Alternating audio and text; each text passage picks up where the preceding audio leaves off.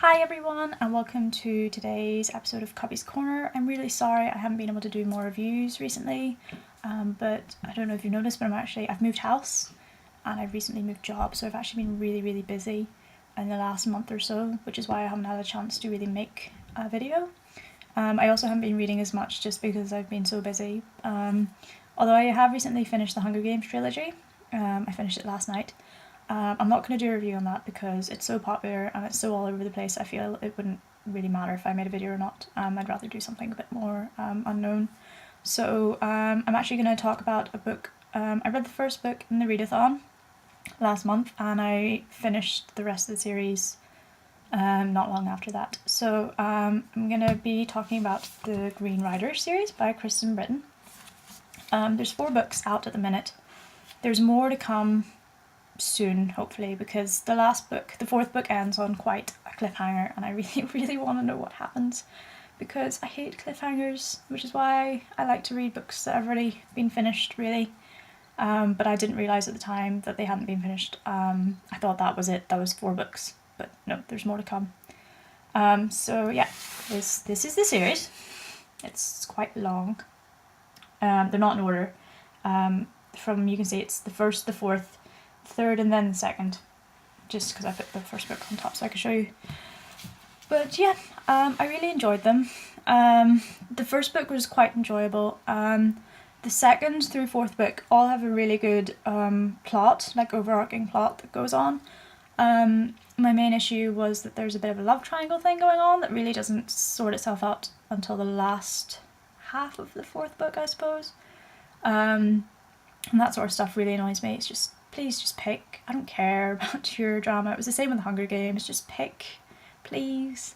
But that was really my only, because sometimes it can come across very forced that she's trying to have, the writer wants to have a more teenage romance because the main character, Carrigan, is 16 when the story starts. So she needs to have, that whole growth and, emotional growth. In her books, and the best way, I suppose, and the easiest way to accomplish that in a story is to have a romance type thing. So yeah, the main character is Carrigan. She's 16 and she goes to a boarding school in this fancy land, and she's from a merchant family, which means that her family are like new money, and so she's like looked down on at her school because they're like old money, like the whole Great Gatsby thing. And she gets into a fight at school. She didn't instigate the fight. It was some other guy. The guy was a knob. Yeah, I'm not going to talk any more about that because it can be a bit spoilery. It's quite difficult when you're talking about a series not to ruin main elements later on. But yeah, I'm just going to first book. But she gets into a fight with this guy and she wins. But she decides that the teachers won't listen to her side of the story because this guy is like old money and he has like power over the school because his parents pay quite a lot. So she decides to run away to her dad so she can tell him like her own side of what happened. And on the way, she meets an injured Green Rider, because the series is called Green Rider, so yeah. And they are messengers to the king of this fancy land. And he is trying to deliver a really important message but has been injured in the process, and she finds him and he tells her before in his dying words to go and deliver this message to the king, and hands over his horse and his magic brooch. And then she has to go on a dangerous quest to get to the king. A lot of people sometimes, well, not a lot of people, I'm not that popular on YouTube yet, my booktubing, but yeah, the whole magic element, sometimes people ask about like what's the magic like, so I thought I would talk about more of the magic in the plot. In the past, like 1,000 years before the story starts, there was like a magic war, and evil magic was defeated, but a lot of magicians were killed in the process, and magic was viewed upon as like a taboo and dangerous thing, not realising that it's really the holder of the magic that, it's not, a good or bad thing. Magic is just good or bad depending on the user. So a lot of the magic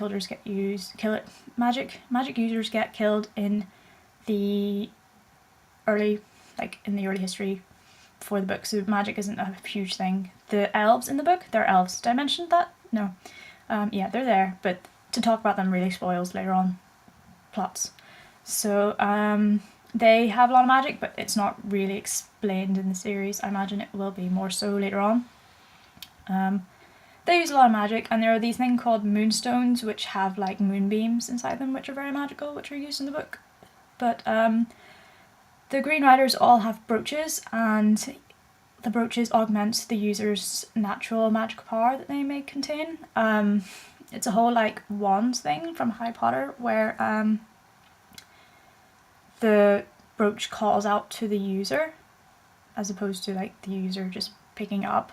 So yeah, it's that Harry Potter wand thing, and it will augment your natural ability. So I can't really talk about that without ruining more stuff, but yeah, that's the basic. I don't want to tell you what Carrigan's main thing is because it's a surprise for later.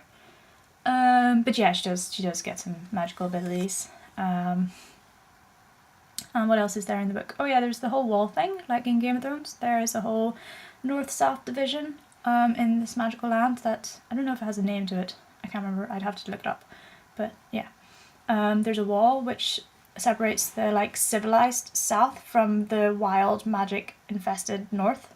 And there are some certain people who are trying to destroy this wall so that the wild magic from up north can flow down into the south, and they think that might help fix things, and other people think that it may make things really bad, and that is, I don't know, it's so difficult to talk about a whole series without ruining later on plots.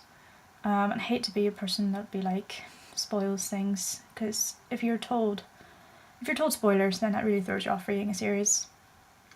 But yeah, that's the basic plot. I mean, it's a bit cheesy, but I think you can't write a fantasy without it being a bit cheesy. You need the cheese there. So yeah, I'm gonna go to bed now. The Green Rider series is very good. If you're interested in reading fantasy and looking for something new, perhaps if you like Game of Thrones, or what else would you read? I suppose you've read The Magician's Guild, that was a good one as well. And it's another female main character. That's what I should be saying. And I'm gonna go to bed now. But I hope you guys read this. Or if you have read it, to perhaps like share your thoughts of what you thought on the series. I haven't actually met anyone apart from like my friend who lent me like all the books.